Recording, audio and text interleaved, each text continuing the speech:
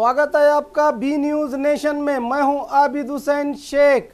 सिद्ध श्री सौहार्द सहकारी बैंक को 87 लाख का लाभ। आज बीजापुर में सिद्ध श्री बैंक के 11वें वर्ष के आर्थिक जानकारी देते हुए बैंक के अध्यक्ष बसनगौड़ा पाटिल यत्नाल ने बैंक से जनता को दी जाने वाली सुविधाओं की बात करते हुए इस बैंक के मुख्य केंद्र कचेरी में 365 दिन 24 घंटे निरंतर सेवा देने को देश की एकमात्र सहकारी क्षेत्र की बैंक बताया और इस संस्था की तरफ से कई सामाजिक काम किए जा रहे हैं, जिसमें गरीबों की आर्थिक मदद और पीने के पानी के घटक ग्राहकों को बैंक के हुए लाभ से 12% शेयर देकर कर्नाटक राज्य में सौहार्द सहकारी बैंक एक मादरी संस्था बनी है। इस अवसर पर बैंक के सभी डायरेक्टर मौजूद थे।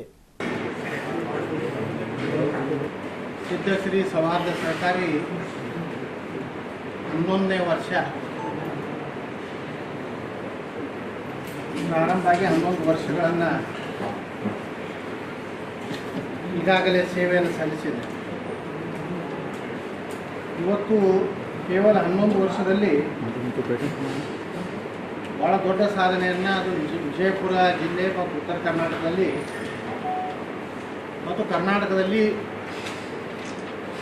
10 ಸೌಹಾರ್ದಗಳಲ್ಲಿ ಒಂದು ಅನ್ನುವಂಥದ್ದು ಸಿದ್ಧಶ್ರೀ ಸೌಹಾರ್ದ ಅದರ ಬೆಳವಣಿಗೆ।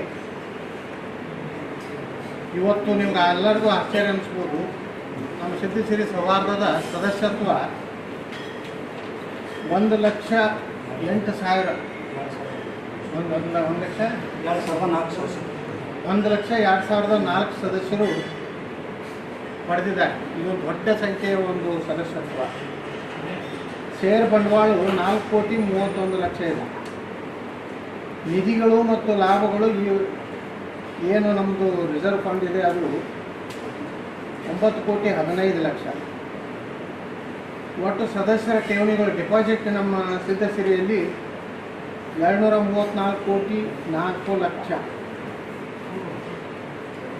ಬ್ಯಾಂಕಿನ ಸಿಲ್ಕು ಇವತ್ತು 54 ಕೋಟಿ, ಸಾಲ ಮತ್ತು ಮುಂಗಡಗಳು 176 ಕೋಟಿ। और खबरों के लिए देखते रहिए बी न्यूज नेशन।